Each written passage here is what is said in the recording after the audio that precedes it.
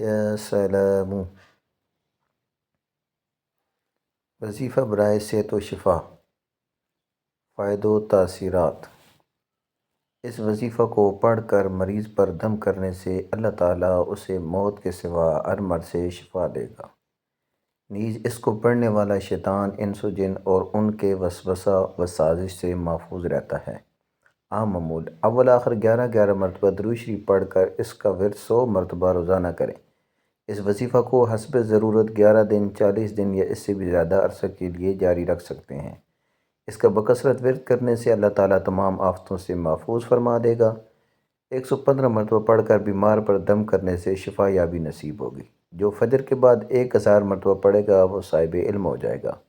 اگر 141 مرتبہ پڑھ کر دم کیا جائے تو مریض صحت یاب ہو جائے گا. روزانہ وظیفہ کرنے سے دشمن کے خوف سے نڈر ہو جاتا ہے.